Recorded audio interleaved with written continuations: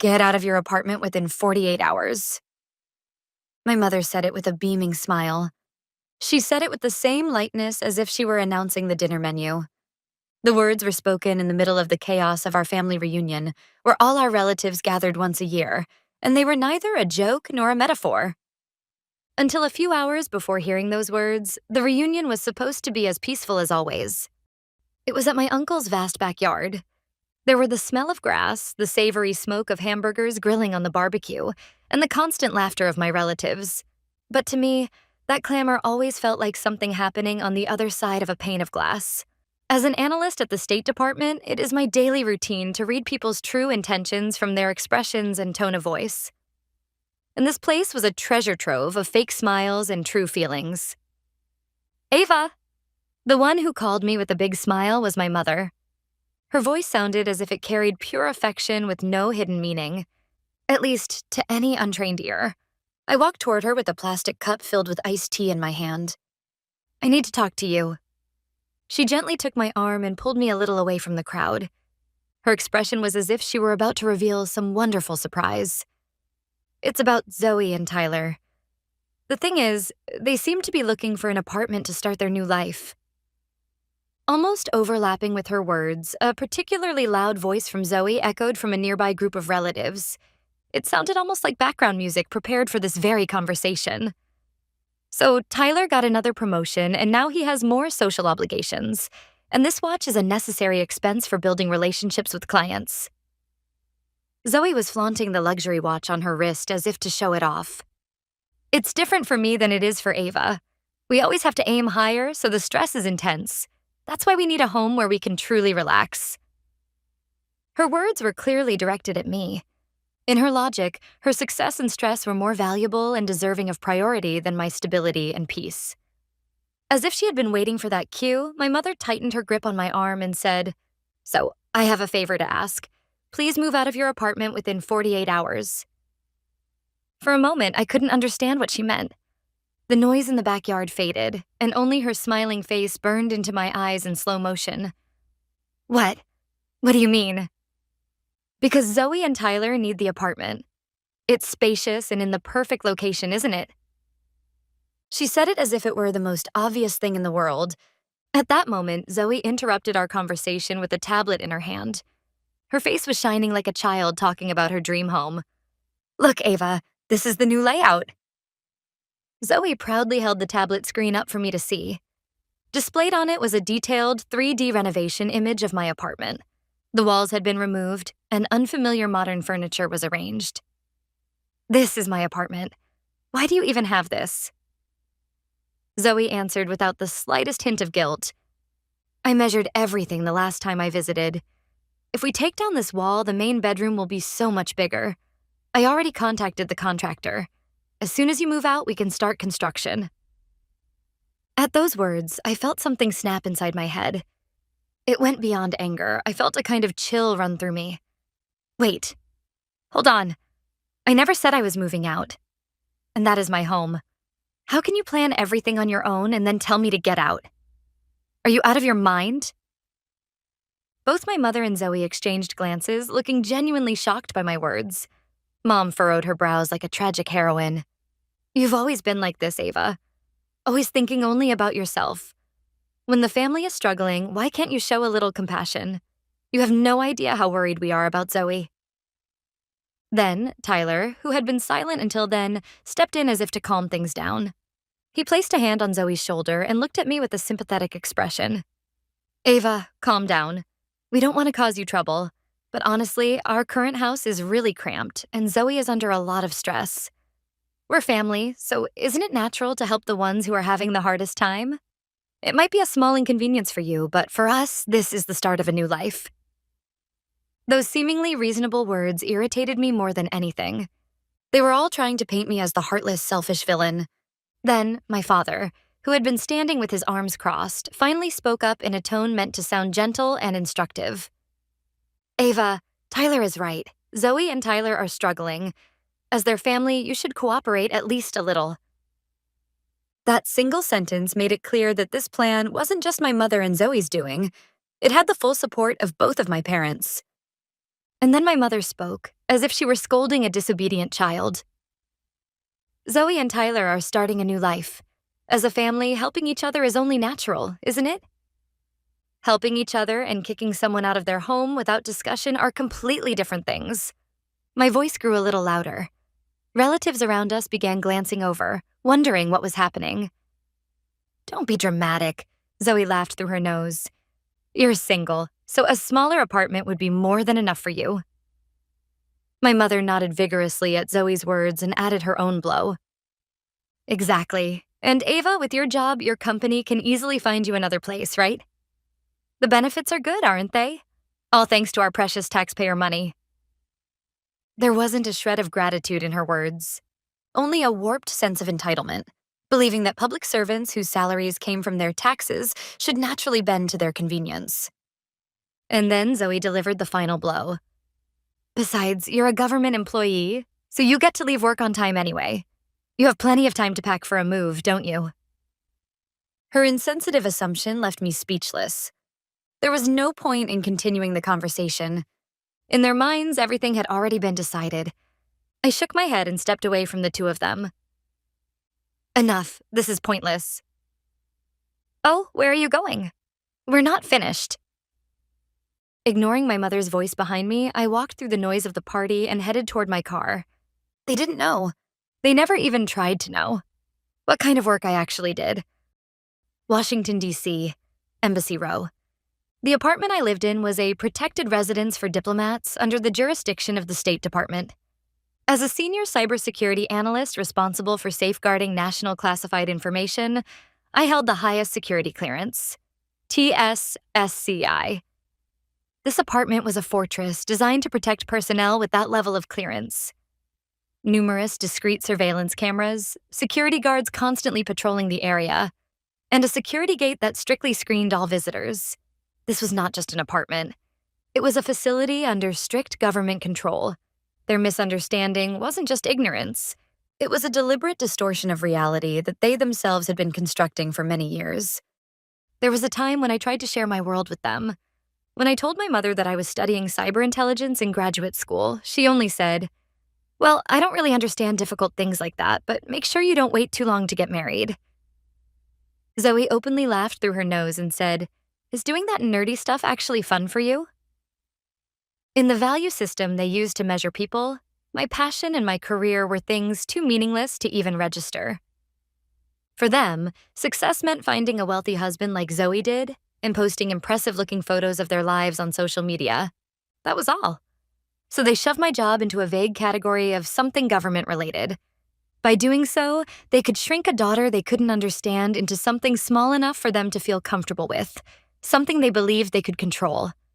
Through that warped filter, it was obvious how my apartment looked to them. They never imagined it was something I had earned through backbreaking effort and brutal competition. To them, it was simply a lucky bonus handed out because I was a government employee. I had heard my mother tell our relatives many times, "The benefits she gets are amazing." Behind those words was a hidden contempt, the assumption that none of it came from my own ability. Our tax money pays for it. That cliché was the pinnacle of their twisted thinking. It was as if they were the patrons and I was some freeloader bathing in their generosity. So at some point, I gave up trying to explain. My silence was interpreted as a convenient agreement on their part. But the reality was entirely different. Back in my room, I retrieved a thick file from the safe hidden deep in my closet. On the cover were the words, "Diplomatic Housing Contract." I opened it and reread the section concerning residency regulations. Its contents were strict, allowing absolutely no exceptions. Any individual seeking residence in this facility must pass the federal background check process, which requires a minimum of 8 to 12 weeks, and must obtain residence approval. This includes a comprehensive investigation of financial records, criminal history, and personal associations. In other words, no matter how much I wanted, it was legally impossible to let my family live here. Zoe's 3D renovation plan was nothing more than a child's drawing in the face of federal law. As I continued reading, a decisive sentence confirming my memory jumped out at me. Any unauthorized attempt to enter or reside in this facility shall be considered a federal offense under Title 18 of the United States Code and may result in up to 5 years of imprisonment, a fine or both. After reading that sentence, I sank deep into the sofa and began to think about what I should do next. How could I make Zoe or my mother give up on this reckless move? If I took photos of this contract and sent them to the family group chat, perhaps their absurd plan would finally stop. Should I calmly tell them, "I'm sorry, but legally, I cannot give up this apartment"? If I explained this harsh reality, would they understand?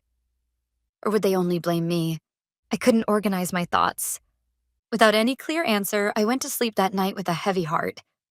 And the next morning, completely unaware of how much this had been weighing on me, my mother's call rang loudly through my phone.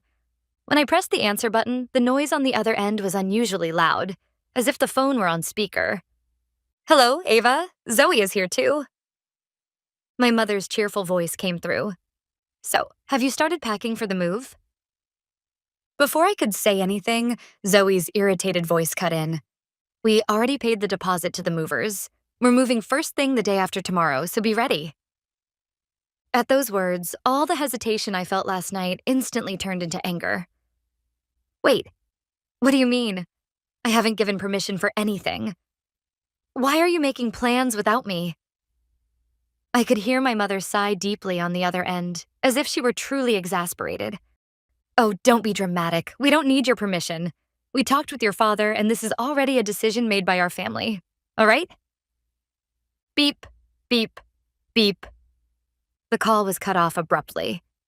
Listening to that cold, mechanical sound, I slowly lowered my phone.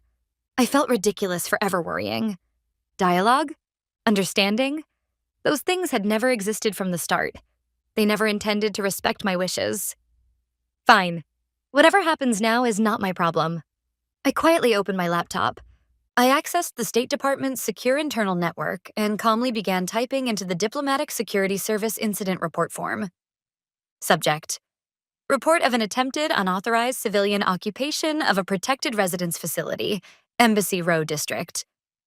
In the body, I wrote the series of events without personal emotion and added that they were likely planning an intrusion with a specific date and time.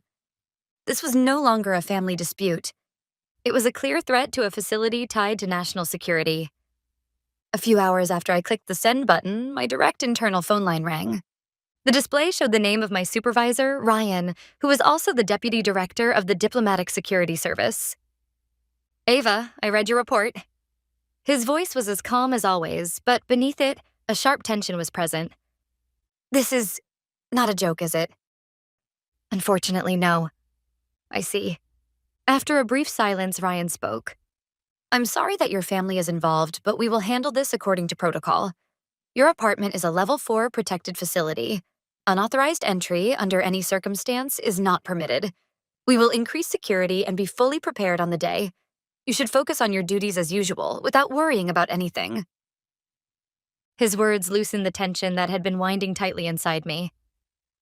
"Thank you, Ryan." When the call ended, I did not feel relieved. Instead, a cold reality settled heavily in my chest. I could no longer turn back. Even so, I had powerful allies on my side: the law and the organization. That fact was both my only comfort in this situation and something unbearably sad.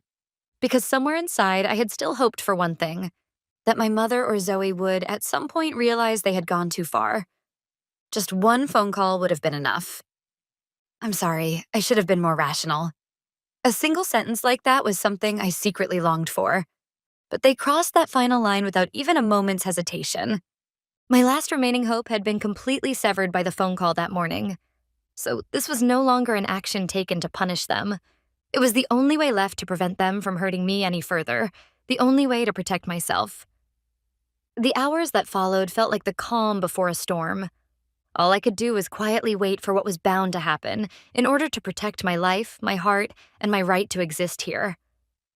And then, on the morning of the destined day, I stood there, having steeled myself, staring out the window. Washington, D.C. was wrapped in a quiet stillness that came before the government machinery began to move for the day. I was in my home workspace, monitoring suspicious access attempts from foreign networks, just as I always did. Outside the window, birds were chirping, and the morning light was beginning to illuminate the tree-lined street of Embassy Row. It was an almost absurdly peaceful scene. At exactly 9 a.m., A pop-up appeared on my desk monitor, live footage from the surveillance cameras installed around the perimeter of the building. They had arrived. I stepped away from my main workstation and walked toward the large bay window in the corner of the room. This room, which served as my home office, was the perfect vantage point. It looked straight down at the main entrance of the building. Through the thick bulletproof glass, I could see a familiar minivan and a moving truck with a massive company logo pulling up. I returned to my desk and put on my headset. Audio from the directional microphones installed at the gate streamed clearly into my ears. With this setup, I could grasp not only their expressions, but practically their breathing as well. I stood at the window again, arms crossed, as if I were watching a stage play from the best seat in the house. From the minivan emerged Zoe and Tyler, both barely able to hide their excitement, and my mother, who walked with the posture of someone directing the entire operation. They marched confidently toward the building's main gate, as if it already belonged to them. But just a few meters before reaching it, they were stopped. Two heavily armed security officers, more heavily equipped than anything I had ever seen on this property, stood firm and unyielding in front of the gate. From my headset came the low, steady, yet sharply projecting voice of one of the guards. "Excuse me, may I ask who you are?" My mother stepped forward to answer on behalf of the group. "Hello, we are moving into our daughter's apartment." The security guard glanced down at the tablet in his hand and immediately looked back up. His expression did not change at all. "Mr. and Mrs. Clark, you are not in our records. Entry into this building requires an official authorization pass issued by the Department of State. Do you have such documentation?" "Authorization pass? Our daughter Ava lives here. Hasn't she told you anything?" Irritation began to seep into my mother's voice. "Miss Ava Clark is currently on duty, and she has submitted no advance notice of visitors arriving today." At that moment, the second security guard spoke, delivering an even more decisive statement. "Please understand, this building is a protected residence for diplomatic personnel.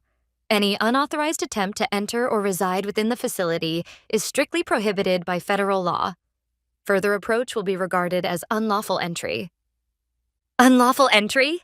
My mother's shrill voice echoed across the quiet morning of Embassy Row. "Don't be ridiculous. This is my daughter's apartment. Do you have any idea who we are?" Her screaming did nothing to move the guards' expressions. They were professionals. They were not swayed by emotion, nor threatened by shouting. Their sole purpose was to protect this sanctuary, according to protocol. Zoe stood frozen with a look of disbelief, and Tyler awkwardly averted his gaze. The movers watched the bizarre scene from inside the truck's cabin, unsure what to do. "It is the regulation." The guard repeated their statement, calm but unwavering. "Without formal authorization from the resident, Miss Ava Clark, we cannot allow you to enter the premises. Please leave." His words made it clear that the barrier they were trying to force their way through was not something a daughter's persuasion could move, but something far larger and colder. They could do nothing but stand before the invisible, yet absolute boundary drawn around the property. As expected, only seconds later, my smartphone vibrated violently. It was my mother. I removed my headset and pressed the answer button. "What is going on, Ava? Why won't they let us in? Tell the guards to let us through." Watching her panicking outside the window, I spoke quietly. "I can't do that. This isn't an ordinary apartment. It's a protected facility under federal jurisdiction." "A protected facility?" "And this whole incident today, including your attempt to force your way in, I intend to report all of it as an official incident to the Diplomatic Security Service at the State Department." I could hear her furious voice shift into confusion and fear. "State Department? Diplomatic Security Service? What are you talking about? None of this makes any sense." Her panic did nothing to affect my tone. I continued, calm and resolute. This was my final warning. It's my duty. My job is to protect this facility and the classified national information inside it. Today, you attempted, deliberately and repeatedly, despite multiple warnings, to illegally enter a federally protected site. This isn't a family matter anymore. If I fail to report this to the proper authorities, I'll be the one punished for dereliction of duty and breaching security protocols. What you're asking of me is the same as telling me to throw away my career and my future." My steady explanation did not reach her at all. Instead, her voice turned into a hysterical scream on the other end of the line. Duty? Career? Are you saying that your ridiculous job is more important than your mother and your sister? We only wanted to borrow your home for a bit. How does that become a national issue? It's because you're doing some weird job. Her words were filled with blame and victimhood. The sheer irrationality of it froze my heart completely. It's too late. Everything that's happening is a result of your own actions. How dare you? At my cold dismissal, she finally let out a piercing scream. You're treating us like terrorists. Are you really going to turn your own family into criminals? I cut off her desperate resistance. There's nothing more to discuss. I tapped the end call icon quietly. Then I returned to my work. Whatever happened to them from here on was no longer my concern. That afternoon, I compiled this incident as attempted unauthorized entry into a protected facility and submitted the formal incident report to the Diplomatic Security Service. The detailed report, complete with photos, was immediately accepted and archived in the official records. That night, my phone rang again. This time, it was my father. His voice was more confused than I had ever heard it. Ava, what on earth is going on? I just called the company that supposedly manages your apartment, and… The management company? I asked calmly. Yes, but all they said was, we cannot provide any information. And then they said something absurd like, all matters must be handled through the housing office of the Department of State. The Department of State? Where exactly are you working? At his words, I responded quietly, that is the real nature of my job and my home, the part you all refuse to listen to. The moment he realized that the word Department of State, something he only ever heard on the news, was directly connected to his own life, he drew in a sharp breath. The anger vanished from his tone, replaced by confusion and fear. For the first time, my family was forced to confront the truth, that the opponent they had been fighting was not a difficult second daughter, but the United States federal government, which does not bend to personal feelings. I explained, within the limits of security protocol, the importance of my work and the special nature of my residence. That the daughter they had long assumed was a plain government employee actually worked on the front lines of national intelligence. That the home Zoe and Tyler tried to seize was a facility protected under federal law. All of it shook his sense of reality, and after understanding the gravity of the situation, he stopped contacting me altogether. But for my mother and Zoe, the truth was irrelevant. Only the anger of having their plan ruined mattered. That anger turned into relentless phone calls, but I refused to answer any of them.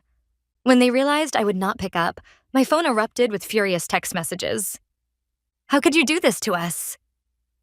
How dare you treat your family like criminals? Raising you was a mistake. But strangely, their hysterical messages did not hurt me. If anything, I felt as though I were being freed from an invisible curse that had bound me for years.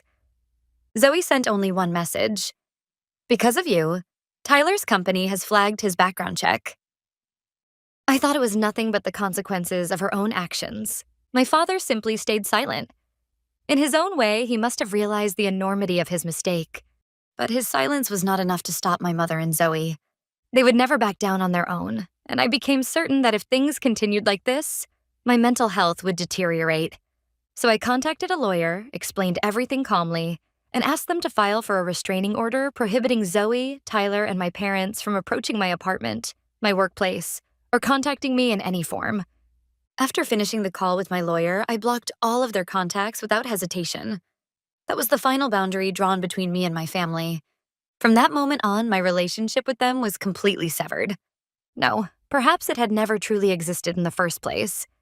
It had only been a fragile illusion of connection that barely held together. I had protected both my federally safeguarded sanctuary and the boundary of my own heart. What happened to them afterward was something I later heard from my aunt. The incident report filed with the Diplomatic Security Service became a digital tattoo engraved on Zoe and Tyler's lives, one they never could have imagined. The record of attempted unauthorized entry into a federal facility completely shut down the path to further promotions Tyler had been aiming for. Their lives, which had been coated in vanity and pretense, slowly had their glitter peel away under the collapse of their social credibility. My parents, too, paid their price. Their proud daughter's plan had collapsed, and they were issued a restraining order by their other daughter. Within the family, their failures, and my supposed coldness, became prime gossip material. and my parents lost all standing. Now, I heard they are treated like fragile, untouchable objects among relatives, living with a constant sense of shame. Meanwhile, in my heavily secured home in Embassy Row, I devoted myself to my duties. Just beyond a single wall, an invisible war of intelligence, shaping the fate of nations, unfolded every day. I would never return to that noisy family reunion again, and that is fine. In the quiet I finally earned, I can focus entirely on my life and my work, with a clarity that comes from the depths of my heart. It is a freedom more valuable than anything else.